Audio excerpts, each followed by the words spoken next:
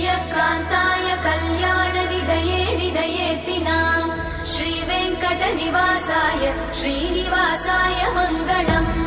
लक्ष्मी सविभ्रमालोकसुभ्रूविभ्रमचक्षुषे चक्षुषे सर्वलोकानां वेङ्कटेशाय मङ्गलम् श्रीवेङ्कटाद्रिशृङ्गाग्रमङ्गलाभरणाङ्ग्रये